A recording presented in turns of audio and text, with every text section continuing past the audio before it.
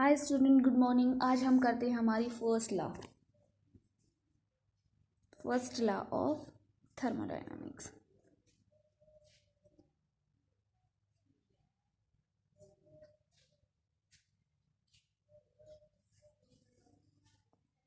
देखो, zeroth law हमने पढ़ ली थी, फिर एक ने दी फर्स्ट लॉ। उसने क्या कहा कि जो वर्क है हमारा, किसने दी?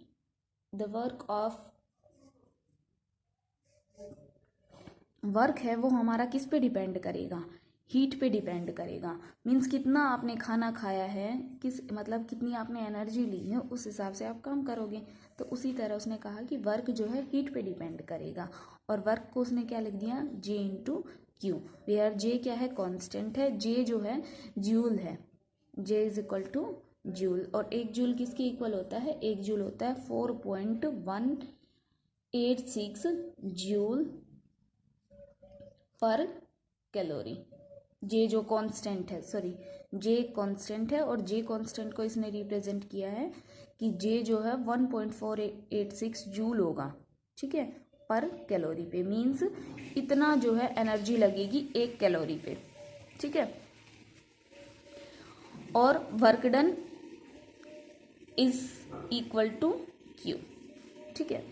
अब आप काम कर रहे हो, आपको कुछ ना कुछ अमाउंट ऑफ एनर्जी आपकी जैसे शरीर की भी रिक्वायरमेंट है, तो D Q is equal to जो हीट होगी जो हम प्रोवाइड करेंगे वो कि कहाँ कहाँ यूज हो जाएगी? वो हो जाएगी D U plus D W.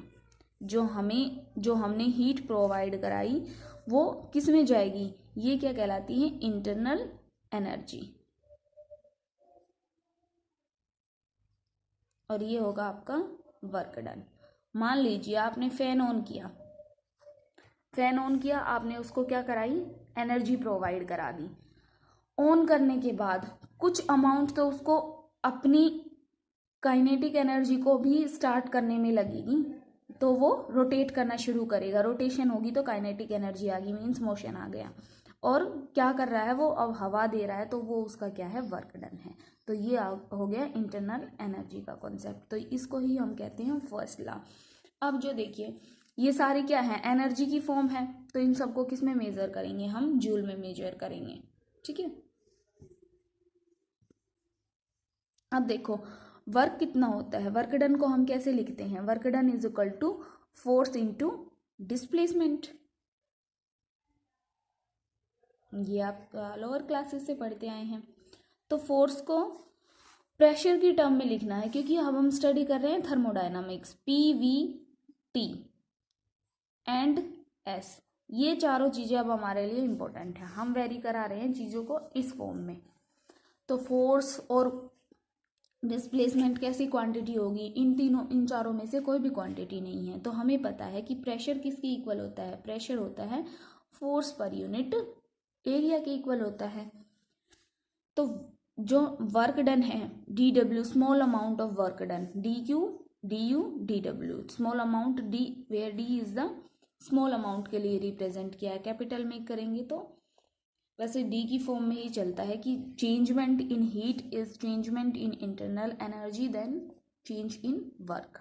तो डी डब्ल्यू किसके इक्वल होगा? फोर्स इंटू डिस्प्लेसमेंट, तो फोर्स की इंटू डी एस हो गया, ठीक है। डिस्प्लेसमेंट स्मॉल अमाउंट ऑफ जो हमने वर्क किया। मान लीजिए आपने इस ऑब्जेक्ट पे ये फोर्स लगाया, तो ये उठ के यहाँ चली गई, तो इसने ये जो रास्ता ट्रेवल किया, इसने इतना काम किया, तो डिस्प्लेसमेंट। तो D W is equal to force की जगह पे क्या पुट कर दो?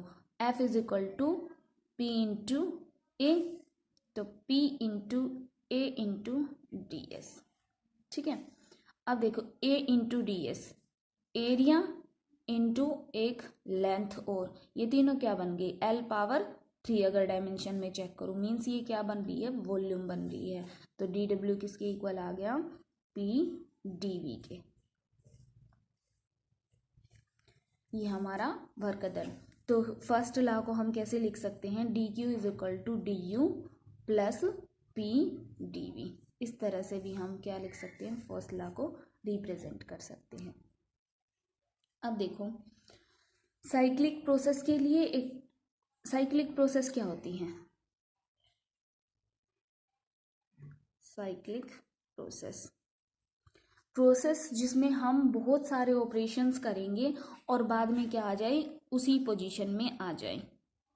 आफ्टर नंबर ऑफ ऑपरेशंस, मान लीजिए मैं यहाँ से गई, ए से बी पे गई, फिर मैं बी से सी पे गई, सी से मैं फिर डी पे गई और डी से देन मैं अगेन ए पे आ गई। ये कैसी प्रोसेस है? हमारी साइक्लिक प्रोसेस है। राउंड शेप में भी लेंगे, क्या प्रोसेस है ये? साइक्लिक प्रोसेस है, इस तरह से। या फिर कोई पाथ हम जो है ए से हम कहाँ गए, बी पे गए और बी से वापस क्या आ गए, ए पे आ गए, इलिप्स शेप आ गई ना, ए बी। ये सारी प्रोसेस क्या है? साइक्लिक प्रोसेस है। अब कह रहा है कि साइक्लिक प्रोसेस में अब यहाँ से जो आपने शुरुआत की, वापस आप कहाँ रिटेन हो गए, वहीं आ गए। तो चेंज कितना हुआ, इंटरनली कितना चेंज हुआ? जाने में कोई चेंज नहीं हुआ, वापस उसी पोजीशन पे आ गए। तो डी यू किसके इक्वल हो गया? डी यू हो गया हमारा 0। तो साइक्लिक प्रोसेस के लिए जब हम इस फर्स्ट लॉ को रिप्रेजेंट करेंगे तो कैसे रिप्रेजेंट करेंगे? ये क्या हो गया? कंप्लीट साइकिल के लिए D Q is equal to D U plus D W. ठीक है, ये हो गया हमारा work for the first law for a cyclic process. ठीक है, अब जो इसकी साइक्लिक प्रोसेस के लिए हमें पता है डी यू किसके इक्वल हो गया? 0 के लिए। तो ये किसके इक्वल हो गया? D Q is equal to D W. ठीक है, जितनी अमाउंट ऑफ आपने हीट प्रोवाइड कराई उतना ही क्या हुआ? वर्क डन हुआ। तो ये थी हमारी first law of the thermodynamics. I hope so you are getting it. अब एक टर्म आती है रिवर्सिबल एंड इरिवर्सिबल।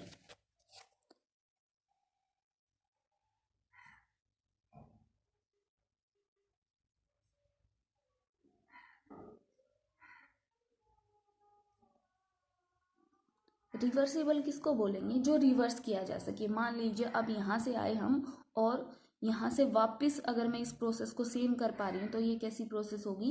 रिवर्सिबल। और अगर मैं इसको यहाँ से आने के बाद वापस नहीं जा सकती तो उस प्रोसेस को क्या बोल लेंगे हम?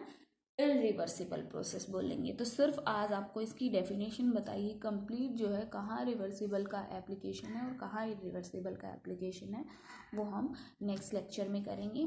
तो आज के लिए सिर्फ फर्स्ट लॉ, 0th लॉ अपनी रिवाइज कर लीजिए एंड देन फर्स्ट लॉ पढ़ लीजिए। Okay, thank you. First law देख लीजिए।